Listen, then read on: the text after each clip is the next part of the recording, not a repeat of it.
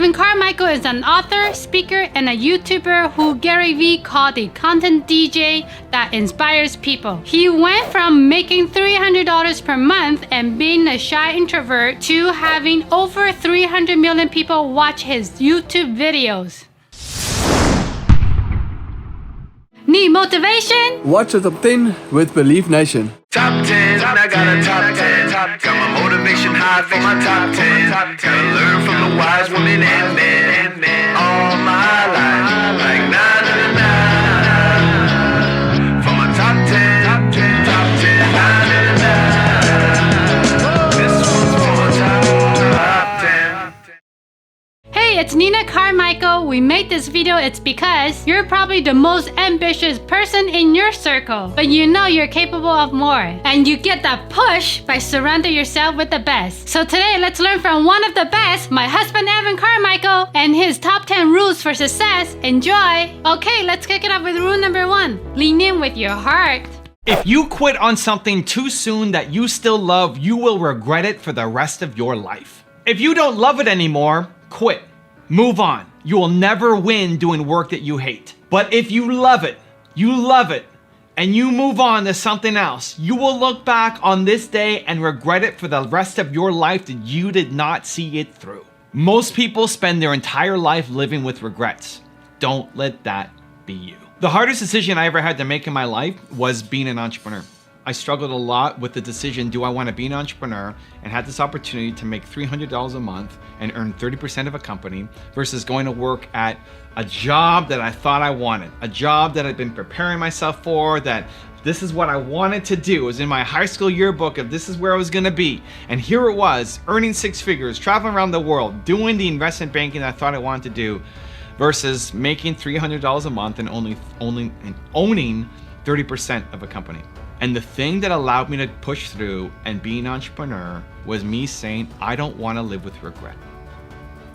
That I would rather know one fail than not know. And I gave myself a year. I said, I'm going to give myself a year to do this.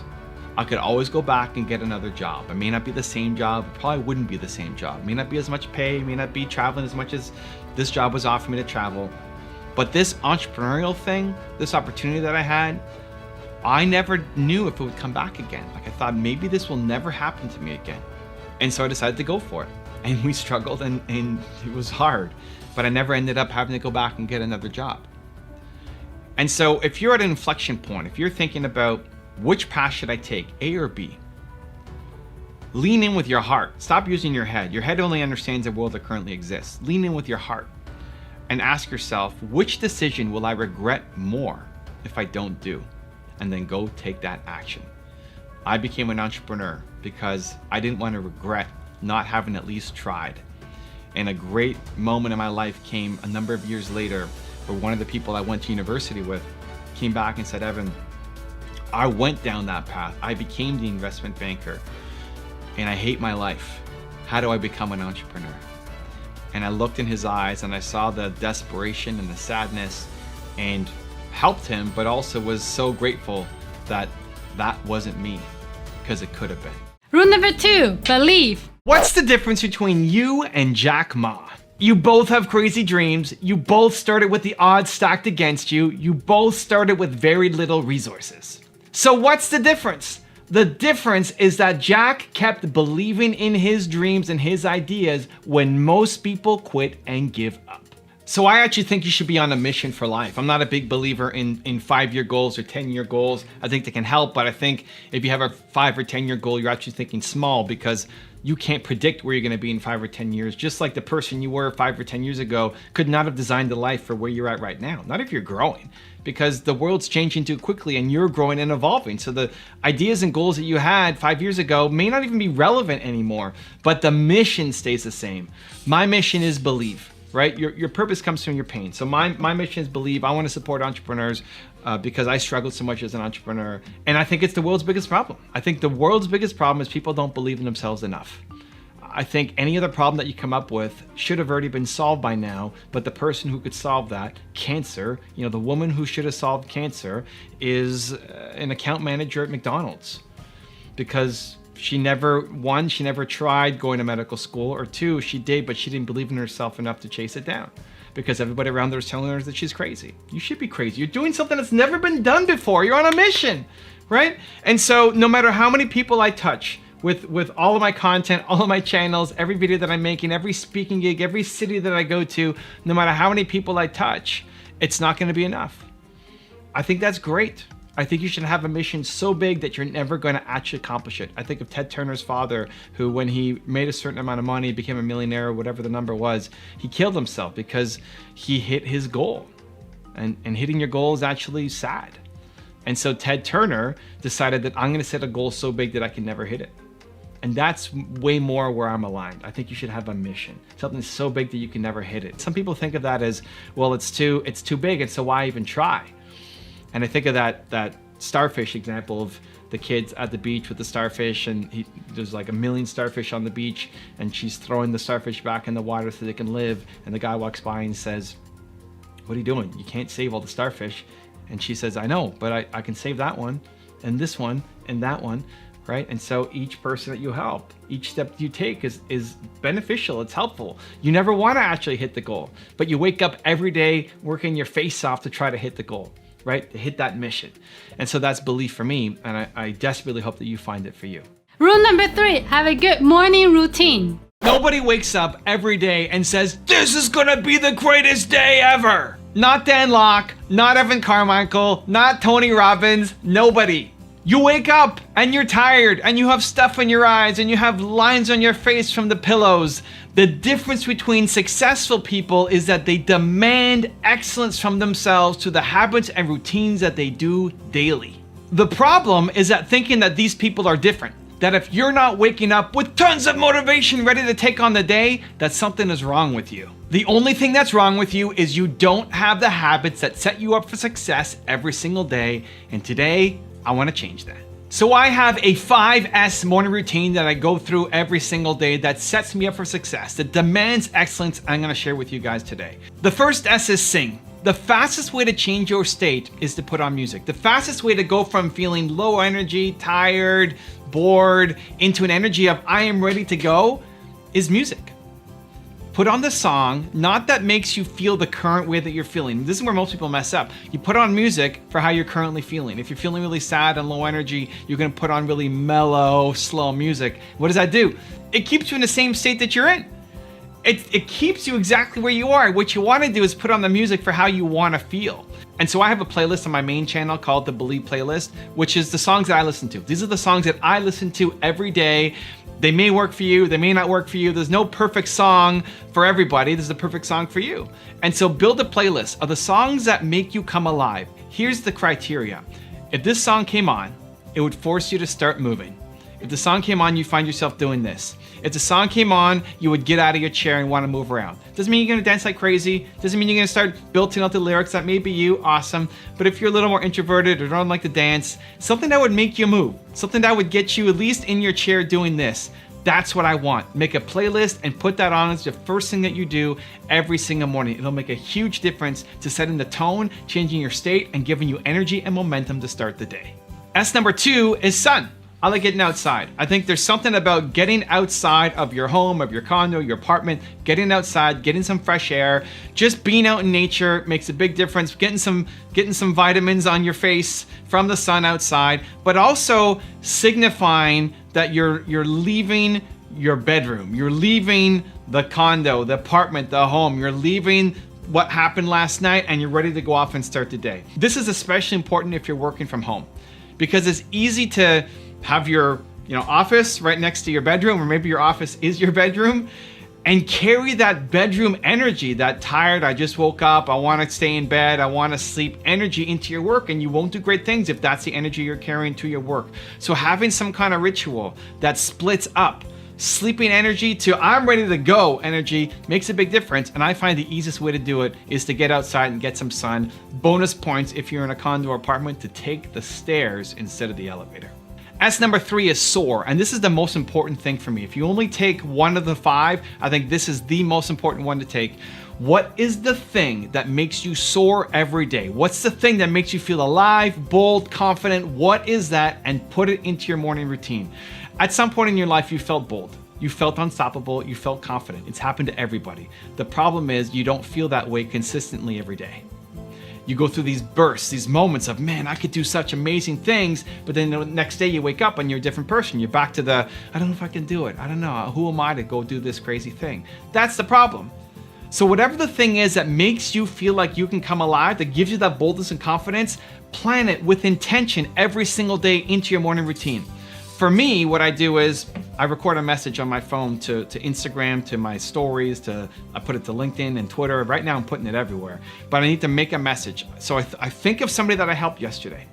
I think of somebody who commented on a video, who I met in person, who I coached on my Instagram Live, somebody that I helped yesterday. And then I make a message channeling that person. I won't say the person's name, but I have them in my head that I need to remind myself that the work that I do is important. It's easy to get lost in the numbers. It's hard to imagine that 200,000 to 300,000 people watched my videos yesterday. That's crazy. It's a wild number, right? It's wild. It's hard to, like, what does it even mean? I don't know. I'm just sitting here talking to a camera in my office, and 200,000 to 300,000 people are watching my videos. It's crazy.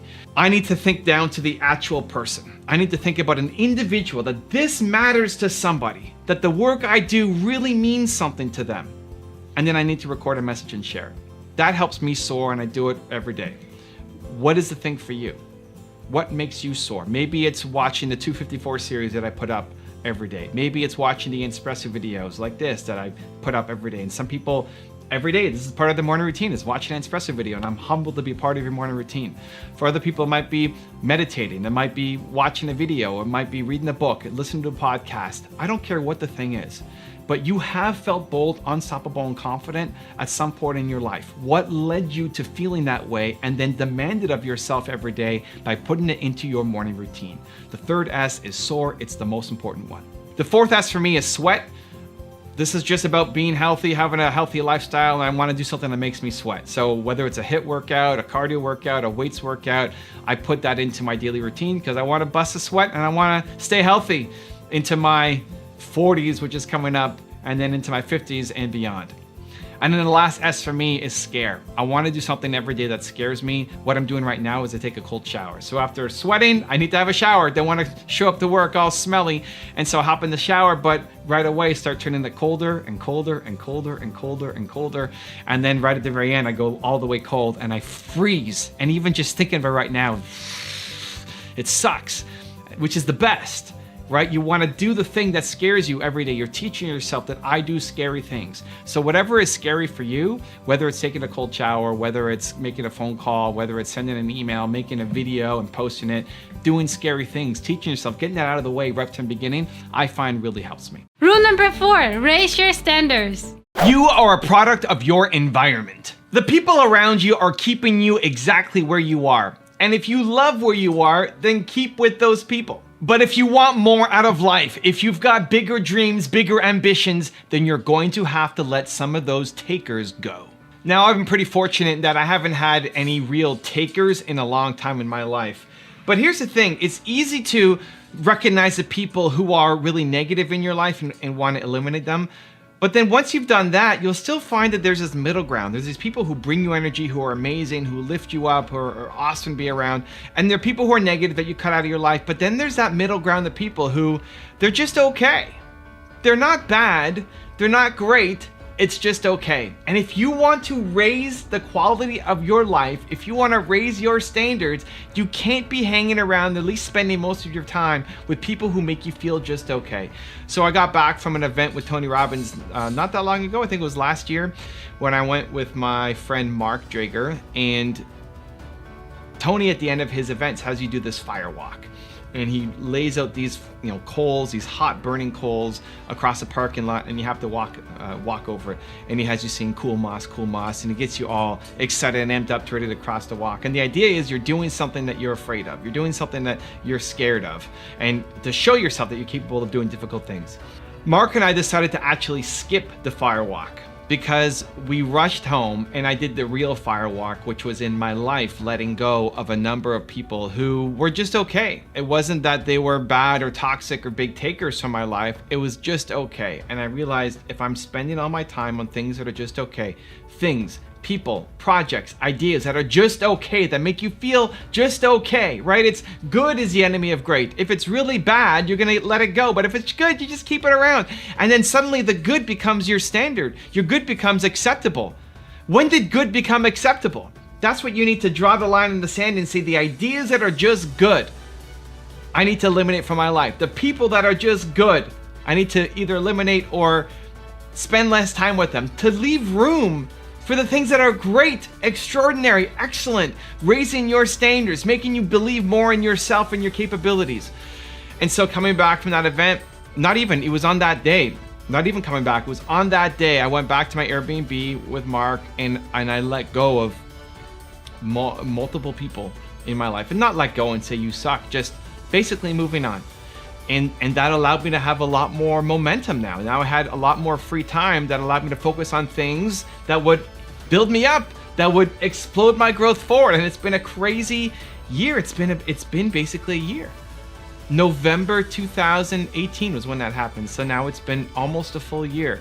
I guess by the time this video comes out, it's been a full year. Wow, that's crazy. It's been a full year since that happened. You have to let go of the takers first, and then you have to start thinking about, are the people around you just good? Are your ideas just good? And slowly start getting rid of those ones. The projects, the tasks, look at your calendar. What's just good in your life? And get rid of it. And leave room and focus on the things that are extraordinary, that fill you up, that build you up, that make you feel amazing, because you deserve it.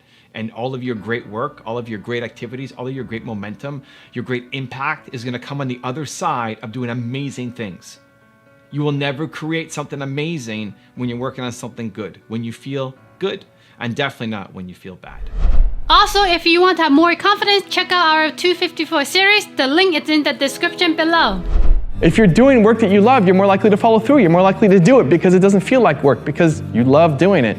We need to stop using weak language and pay attention to the words that you're speaking to others and to yourself. Start building a YouTube audience, start building a Facebook audience, start building a Twitter audience. Because if you do that, you're already ahead of most of the other authors. Rule number 5, take action. I'm really introverted. It doesn't come across, right? But I am. I'm really introverted. I don't talk to people on the airplane next to me. Is Justin in the house?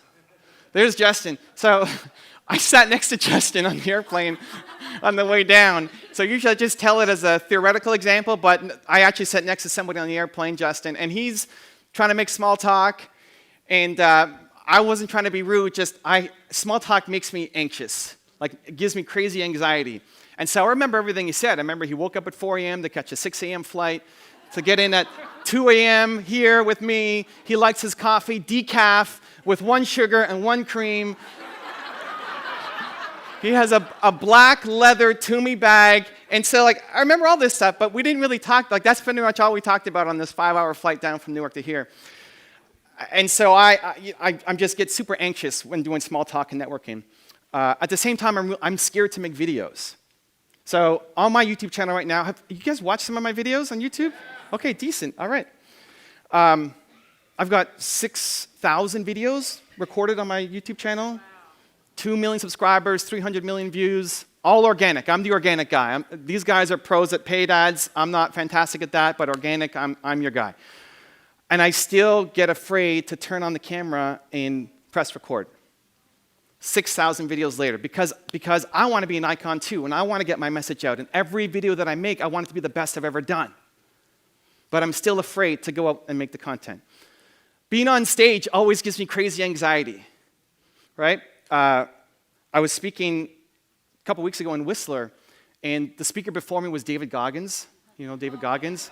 He's like the most intense human alive, crazy Navy SEAL ninja. And then the guy after me was football player Peyton Manning. Peyton Manning was out, so it's like David Goggins, me, Peyton Manning. All right, like boom, boom, boom, boom, boom, boom, boom, boom, boom, right? And in all honesty, last year when I spoke at Growth, I had the biggest panic attack of my life backstage. It's 10 minutes before going live. There's this big wind up and lead up and like, just bring me out, I can't wait to go. And my heart's going like crazy, and I just forgot how I was gonna start my presentation, right? I just blanked. Have you guys had that happen where you're like, You're about to get on a call or a presentation, and you had it all down, you practiced 1,000 times, but then you just go blank. Great, that was me. Just before I'm about to come up and speak to a couple thousand people. It was the first time I met Brendan. So, he invited me out. We connected through Ethan. It was the first time I met him. He was doing an interview backstage, and he said, hey, Evan, I'm going to end my interview because I want to make sure that I'm watching your presentation. Like, oh my gosh, come on, really? Can't you just have a coffee or something backstage? But it's great. And he's going to give me feedback. Like, oh my God, okay, I'm ready for the feedback. And so I get on stage and do my thing. But just before that, what got me over it was I took a little peek behind the curtain, and I saw a bunch of you guys. And I reminded myself that I'm not here for me. I'm here for you. Right? Don't be so selfish. Right? Yeah, you can clap that up. It's not about me, it's about the message. And so the reason why, and even this lead up here, I'm sitting backstage, Ethan's calming me down because my heart's going crazy. Brendan is talking about the genius ideas that I told him backstage, oh my God, Brendan, look at the setup. Oh, I better deliver. And I tell you this because I've seen a lot of people from the Arizona event. I got stopped a lot over the past couple days, and they said, Evan, I loved your speech. It was amazing. Like, oh, thank you. Did you start your channel? Where is it? It's like, oh, no, I haven't done it yet. I'm like, what? That was how many months ago? You loved my speech, but what happened? And at the end of the day, it's just fear. You can come up with a really logical reason why you haven't posted yet, but really you're afraid that it's not perfect. You're afraid that nobody's going to watch it. You're afraid that people are going to watch it. You're afraid you don't know the technology, you don't know the gear, you don't know the team. You're just afraid, and we cover it with the reason why we can't do it, right? But really it's just fear.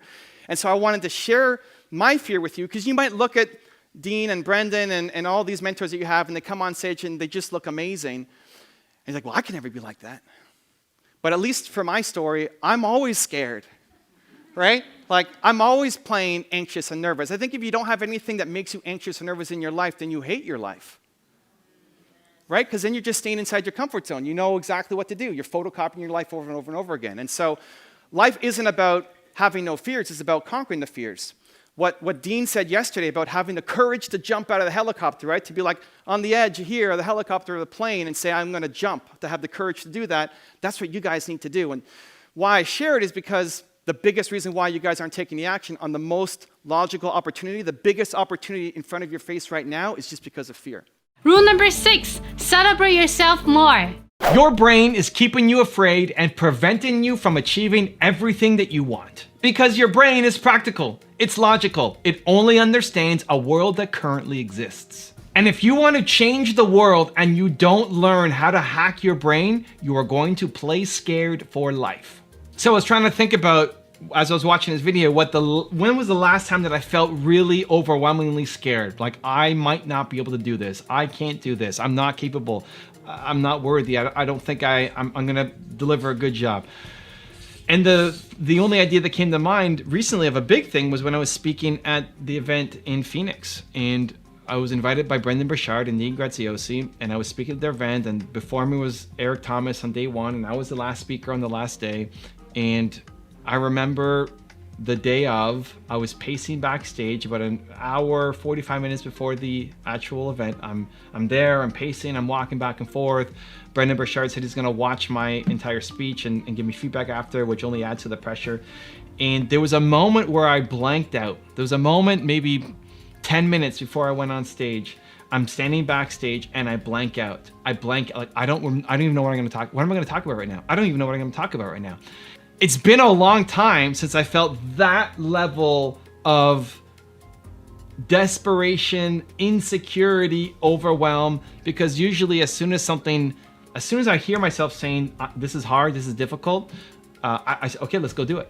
The challenge in this situation was I couldn't just get up on stage whenever I wanted. And so I'm left sitting there walking backstage thinking, oh my God, what if I don't win? What if I don't give a great performance? What if I let everybody down, which is my greatest fear? What if I let the audience down and Brendan down and Dean down? And I just forgot what I'm gonna say. How do I even start my presentation? I'm gonna get up on stage and just face plant. It was this, I don't know, minute of just real desperation, of feeling like, oh my gosh, I'm going to get up there and suck. I don't know what I'm going to say. And then the thing that caught me, and I'm so grateful that it did, it's like the training, this is how you train yourself. The training came in. I said, what are you doing? You're Evan Carmichael. Let's go. And that may sound super egotistical, but I think the self-criticism only works when it's based off a foundation of self-love. Like, I think you need to celebrate yourself more. I think you need to recognize yourself more. Not bragging on social media that you did some fake goal that you know didn't take a lot of work, but you might get some accolades for from your friends and people following you. I'm talking about what do you tell yourself? Like, when you walk past yourself in the mirror, do you see a rock star? Do you see a stud? Do you see somebody who's gonna go change the world? Most people is no. And if it's a yes, it's not consistent. And so I think doing the work to tell yourself that you're amazing, I think that should be a default answer every time you're nervous, is to say, I'm, fill in your name. I'm your name, right? I'm Evan Carmichael, let's go.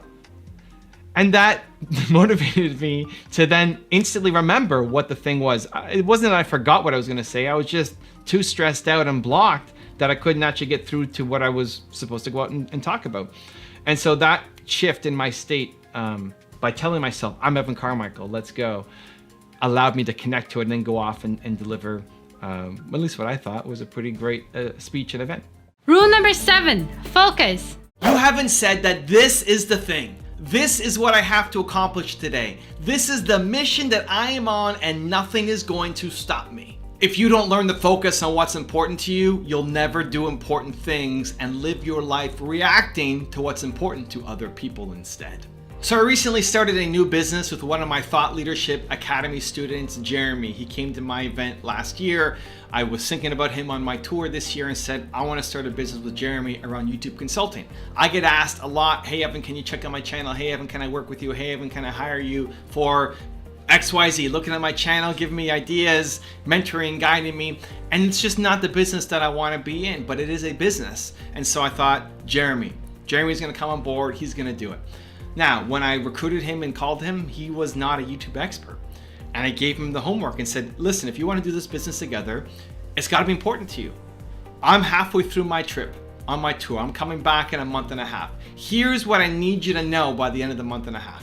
And I gave him resources, I gave him videos, I gave him insights and analytics and said, you need to know all of this. Know all of this. And then when I come back, if you're ready, we'll start the business. And he did. He focused. He made it his priority. He knew nothing about this. And all of a sudden he became an expert by every day, all day long, grinding to learn. By researching everybody who is an expert at this, understanding their methodologies, their best practices, looking through all my videos, my thumbnails, my strategies, all the things that I've talked about in the past, digesting it, kind of like the Matrix, when Neo's in the Matrix and now he can learn Kung Fu and now he learns how to fly a helicopter, all of that stuff. That's basically what he did. And when it came back in a month and a half, I put him to the test and said, hey, let's do 2 free calls. We'll take 2 people from my community and say, hey, free call, let's go. And he blew me away with how much he knew because he focused on it. Here's a guy who went from knowing almost zero to now being an expert to be able to really help give value to people. And now when we're looking at new people coming in, I barely have to do anything because he already knows what I'm gonna say. He already knows, he's already done the work, he's done the research because he spent that time on focused effort. And this is where I think a lot of people feel like they're never gonna win because you may not have had the expertise, you don't have the education. It doesn't take long to become an expert. It's just focused work that you're passionate about. Focused work, you could quickly become in a matter of months an expert at something if you just focus in on it and dedicate your life to that thing that you love. You can easily pass people who are experts at something who don't love their thing. But because you're willing to take it on, you're willing to absorb. Think about when you went to school. How much of the information you had in your head, but you had to read over the page 4 times.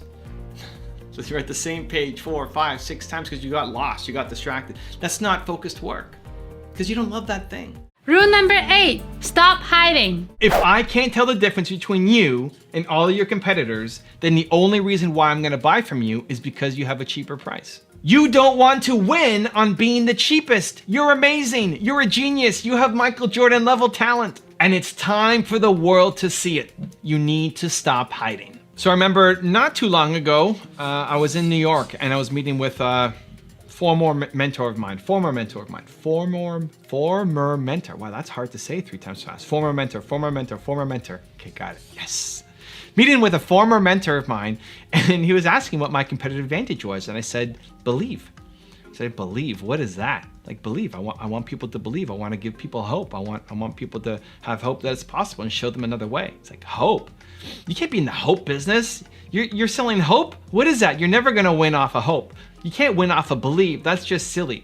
And you know, a younger version of me would have felt, man, I don't know, maybe he's right. Here's this guy who's had so much experience and done so many things. Who am I to judge? I don't know, I've never done this before.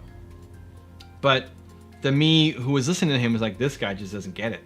I'm gonna crush off belief. I already am crushes off belief. People stop me and say, hey, you're the believe guy. Yeah, that's my mission, yo. That's what I'm doing every day. That's what I wake up trying to spread. It's the world's biggest problem and I'm tackling it. I'm gonna make my dent in the universe. Steve, right? I'm gonna go make my dent in the universe. That's my competitive advantage. And there may be people who don't understand it, and that's okay. You can't let their limited view of the world and super limited view of you prevent you from going off and doing your thing. Rule number 9, learn how to close. People think that closing is a bad word. That salespeople are slimy and closing someone on something is good for you, but not necessarily good for them. Now, some people are like that, but it doesn't have to be you. You want to help people. And if you know that they should be taking action in an area where they are not, their ability to follow through and listen to your advice is directly in relation to your ability to close them. If you want to help people, you need to learn how to close. I was really in this same camp. You know, I thought salespeople were slimy. I'm a humble Canadian with humble parents and never really learned about sales and techniques and closing because that's what bad people do, you know.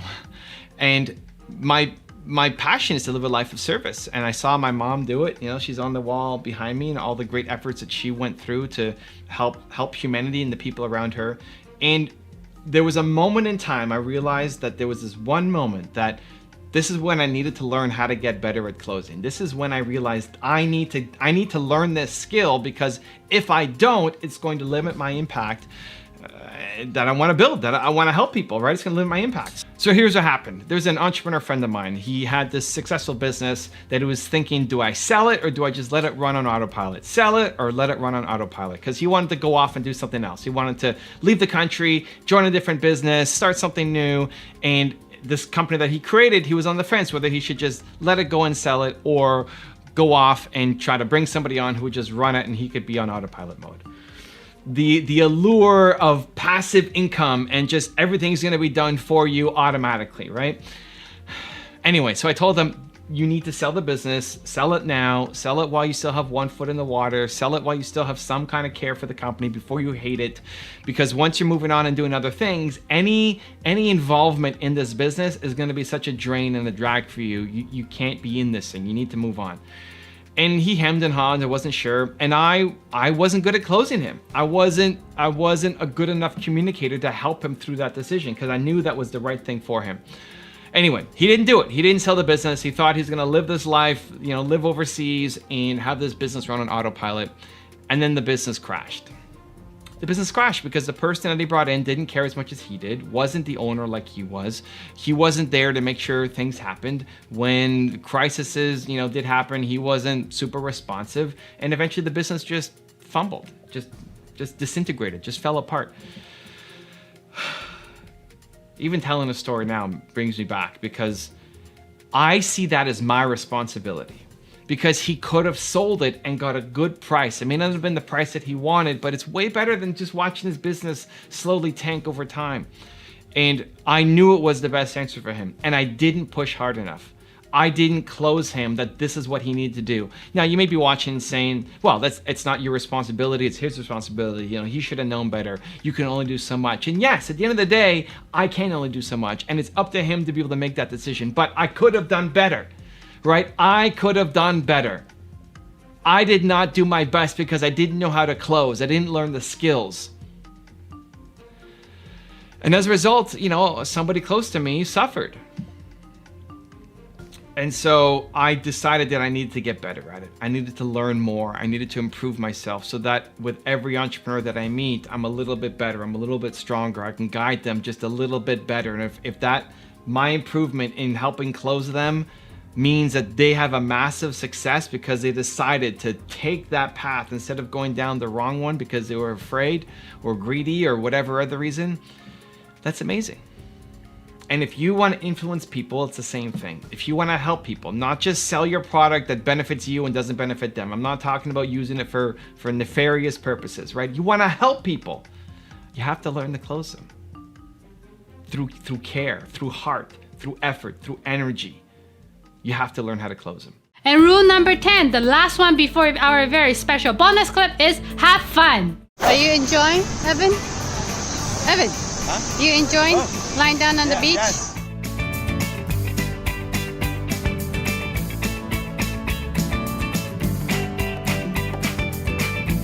Evan, you look very comfortable. Yeah. Gotta do what I gotta do. Gotta do what I gotta do. How are you doing, Evan? Good. How are you doing? I'm great. I'm great. Nina wants to do this. How often? A lot. A lot? Like a lot means like once every 3 years? No, once a week. Wow, once a week. Well, I'm getting stuff done. Let's go. I like the heat. The heat is nice. Hey, listen, there's heat anywhere Nina goes. Water's cold. The water's cold, Evan. Colder than expected. Yeah. Look who we bump into. Sebastian. Y'all just hanging out. Nina got bored, so we left. Nina got bored, so we left. because I couldn't nap. You got bored. I was fine. Nina got bored, so we left. I just want to go for a walk. I just want to go for a walk at the beach. Nice.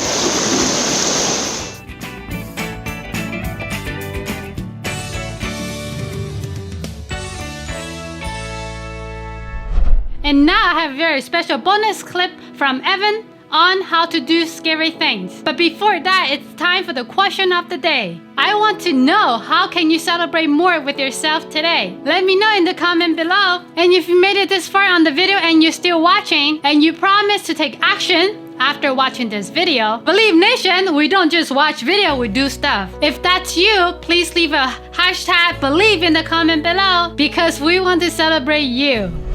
If you're procrastinating, it's because either you don't want to do it, like people who procrastinate or studying or something because they don't want to do it, or you're afraid of it. Yeah. It's not that you're a procrastinator, you're just afraid, and that's okay. Now it starts teaching yourself that How'd you you get do rid of scary fear? things. Yeah, it's the fear. It's the fear of How'd you get failure. rid It's of the the fear fear? of judgment. It's the fear that it won't work out. It's the fear of losing money. It's the fear of saying you're starting this business and then other people maybe making fun of you or laughing at you if it doesn't work out. There's lots of different potential fears. It starts by you teaching yourself that you do scary things because otherwise you hate your life. Yeah. If you don't do Exactly. something that That's makes you true. scared, you're going to hate your life.